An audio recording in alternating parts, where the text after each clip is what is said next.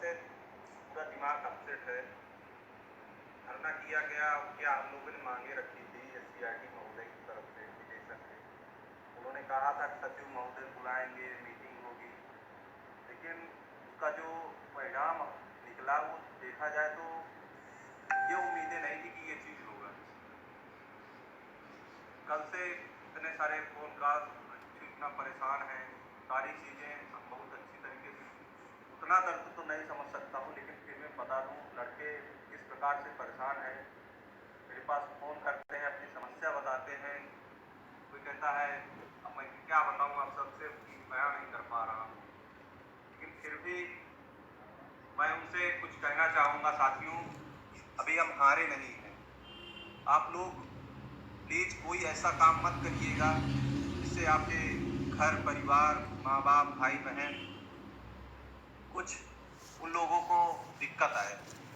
Please आप सभी से रिक्वेस्ट है, खैर रखिएगा।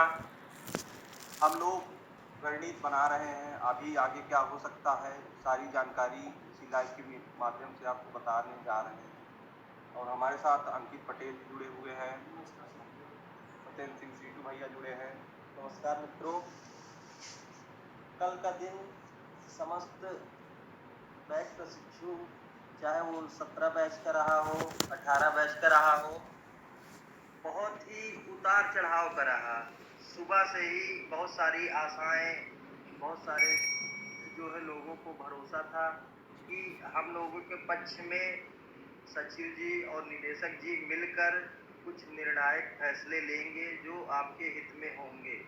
ऐसी आशा के साथ कल के दिन की शुरुआत हुई, मीटिंग शुरू हुई।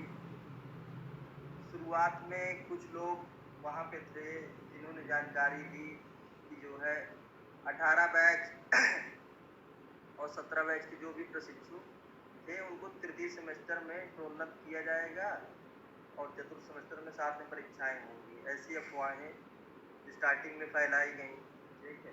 फिर कुछ समय चलता रहा, बहुत सारे लोग कहें कि जीत हो गई है, ऐसा है वैसा है, तमाम तरह की चीज़ें चली। उसके बाद फिर अचानक से डेट शीट जारी हो गई। डेट शीट तो हालांकि 28 तारीख को ही पब्लिश हो गई थी, लेकिन ऑफिशियल जारी जो किया गया है, जो वायरल हुआ है, वो कल की डेट में हुआ है, ठीक। तो डेट शीट को लेकर भी बहुत सारे विवाद थे। डेट शीट में जो सबसे बड़ी समस्या लोगों को आ रही है कि उसमें तृतीय सेमेस्टर के एग्ज़ाम समस्त बैच को देने के लिए ऐसा उसमें दिख रहा है। आप लोग भी देख रहे होंगे। बहुत सारे बच्चे, जैसे कुछ लोगों ने फ़ोन किया मुझे, उनकी समस्या ये थी कि 17 बैच के थे, सेमेस्टर बैक उनका लगा। उन्होंने अपना फिर फर्स्ट सेमेस्टर क्लियर किया, 18 बैच के साथ सेकेंड सेमेस्टर पूरा क्लियर किया, लेकिन उनका भी प्रमोट लिस्ट में नाम नहीं है। तो उनके साथ क्या हो रहा है? बहुत सारे मुद्दे हैं, बहुत सारी बातें हैं, बहुत सारे सबके अलग अलग विषय हैं, ठीक है। कल से मैं जान रहा हूँ कि सभी लोग मानसिक रूप से बहुत ही ज़्यादा परेशान हैं, ठीक। तो आप लोगों से ये कहना चाहूँगा कि सब लोग परेशान बिल्कुल मत होइए, क्योंकि अगर परेशान होने से किसी चीज़ का हल निकलता तो आपके साथ हम लोग भी परेशान होने बैठ जाते। परेशान होने से सिर्फ और सिर्फ आपके और घर वाले दोनों लोगों के लिए समस्याएं पैदा होंगी। इसलिए इस समय हिम्मत से काम लेने का समय है। अपने आप को धैर्यवान बनाइए, क्योंकि अभी आप पूरी तरीके से नहीं हारे हैं। एक प्रयास था, असफल हुआ, मैं मानता हूँ कि अधिकारियों ने पूरी तरीके से तानाशाही दिखाई है।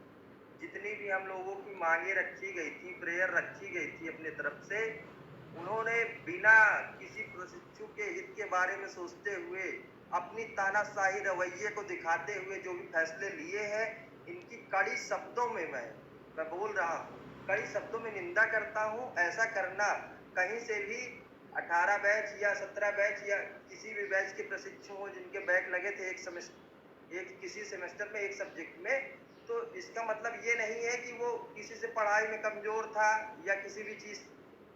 बहुत सारी समस्याएं आ जाती हैं, कभी कभी आप पेपर अच्छा लिख के भी आते हैं, एग्जामिनर सही नहीं मिलता, उसकी वजह से भी बैक लग जाती है, बहुत सारी चीज़ें होती हैं। उसका मतलब ये नहीं कि आपका सत्र ही लेट कर दिया जाएगा, आपको अगली आगामी परीक्षाओं से वंचित कर दिया जाएगा। ये सब सारी चीज़ें हैं।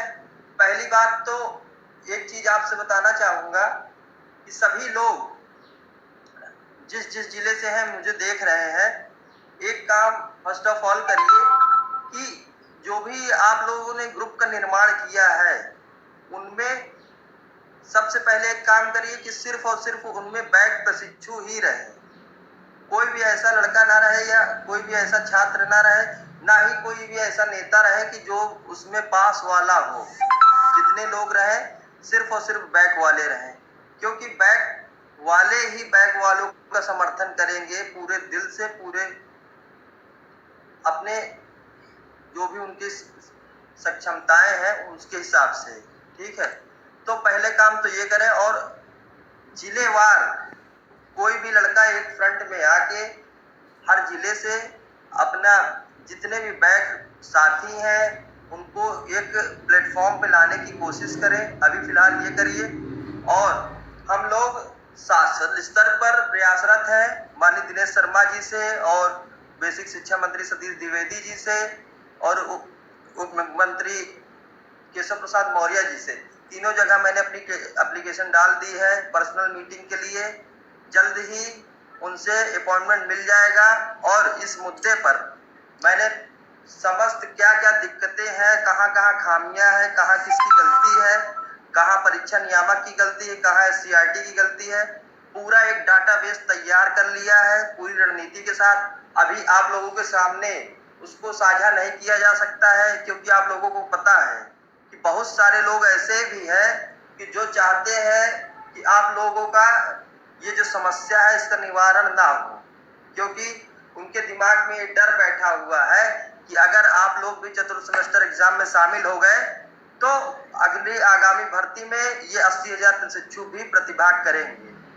तो मैं ये बता देना चाहता हूं कि आप कौन होते हैं डिसाइड करने वाले कि आगामी भर्ती में कौन शामिल होगा कौन नहीं शामिल होगा।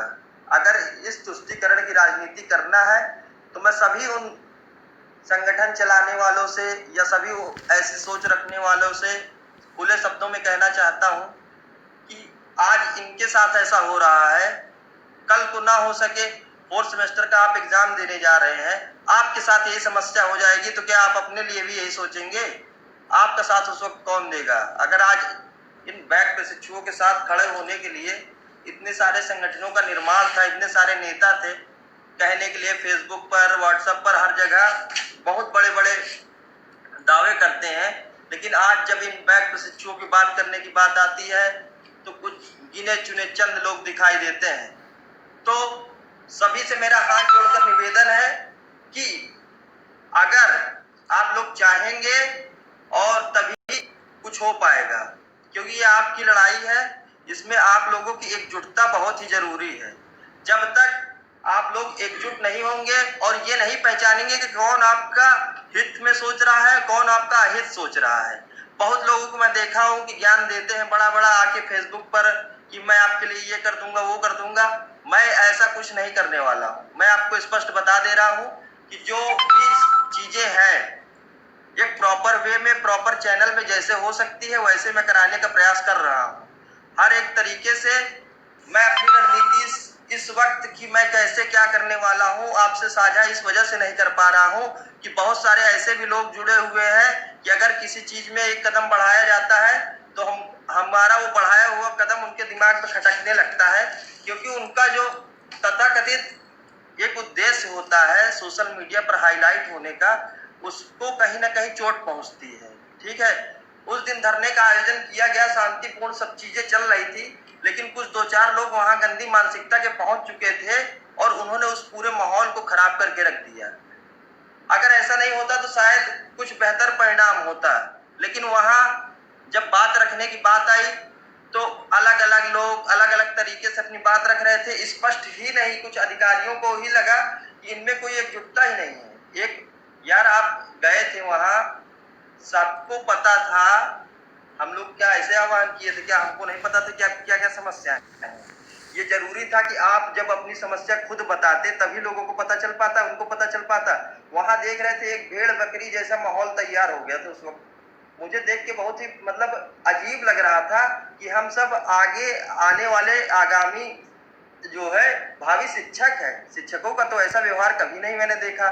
शिक्षक का जो नेचर होता है उस हिसाब से ट्रीट करना चाहिए। वहां आपके सामने 3-3 आईपीएस अधिकारी खड़े थे, ठीक है, डायरेक्टर थे, उनके सामने ये बिहेवियर कहीं ना कहीं उनके नजरों में गया होगा, जो आपका मैसेज गया होगा वो गलत पहुंचा।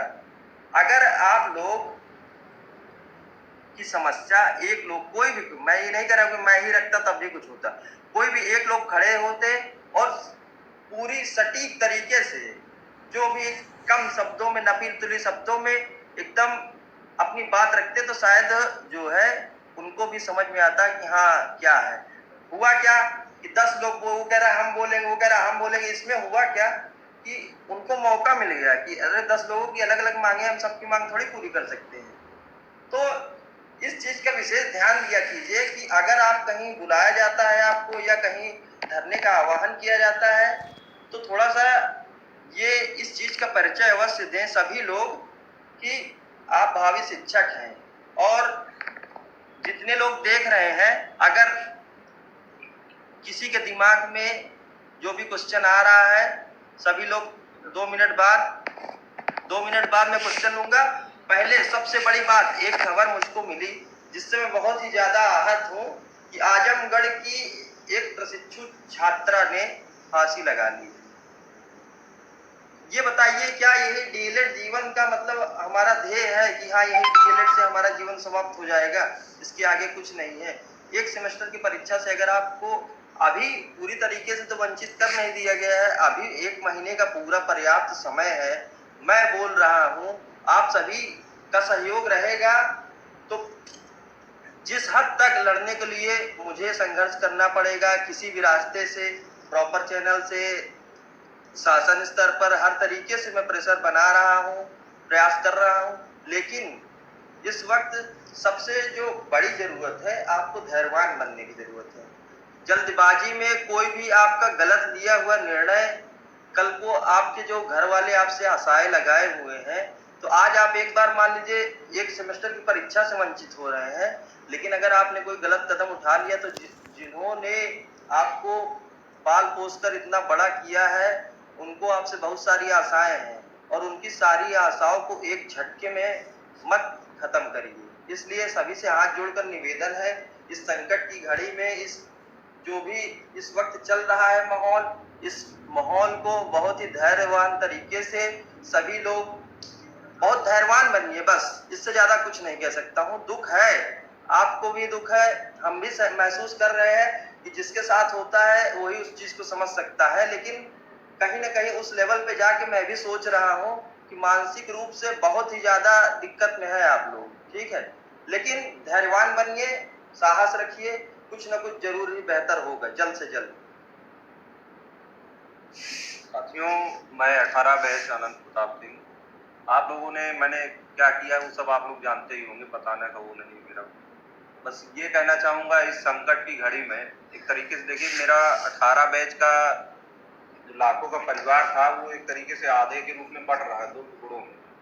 तो इस समय मुझे क्या डिसीजन, एक मान लीजिए मैं नेतृत्व कर रहा हूँ, तो मेरा ये दायित्व तो नहीं बनता है कि मैं बैच वाले साथियों को यहीं पे छोड़ दूँ जो पास हैं उनके साथ, क्योंकि मैं भी पास हूँ। मैं देखिए, मैं ये कहना चाहूँगा सभी साथियों से जो पास हैं जो फेल हैं, दोनों से बैक हैं, कि देखिए इस समय जो चल रहा है, आप पास हैं ठीक है, प्रमोट हो गए हैं हम लोग, लेकिन जिन साथियों का बैक है उनको मैं सभी से संदेश देना चाहूँगा कि मैं उनका साथ नहीं छोड़ सकता। मैं इस संकट की घड़ी में उनका साथ नहीं छोड़ूंगा और जितना मुझसे प्रयास हो सकेगा मैं हर स्तर पे, हम मेरी टीम जो है अपने स्तर से प्रॉपर चैनल की तरीके से काम कर रही है। शिक्षा मंत्री, माननीय मुख्यमंत्री, उप मुख्यमंत्री, तीनों से अपॉइंटमेंट लिया गया है और हमारे यहाँ के बहुत ही सक्रिय विधायक हैं जुझारू, जो मतलब हमारी बात को बहुत अच्छी तरीके से, मतलब देखा जाए तो माननीय शिक्षा मंत्री से उनका अच्छे लगाव हैं, तो हम लोग अभी उनके बीच भी बात भी हो गई है और अभी उनके पास भी जा रहे हैं। वो हमारी बात को जो है पहुंचाएंगे। तो बैटरी कम हो गई है, तो बैटरी डिस्चार्ज हो रही है। तो कुछ कम शब्दों में ये कहूंगा कि हम लोग अपनी लड़ाई ऊपर पूरी कर रहे हैं। आपसे निवेदन है सभी बाइक साथियों तक हमारी बात पहुंचाइएगा, क्योंकि इस समय बहुत तनाव में है साथियों। देख लीजिए अभी भी फोन आ रहे हैं, तो उनसे निवेदन है अंकित पटेल को कम शब्दों में कहिए। नमस्कार साथियों,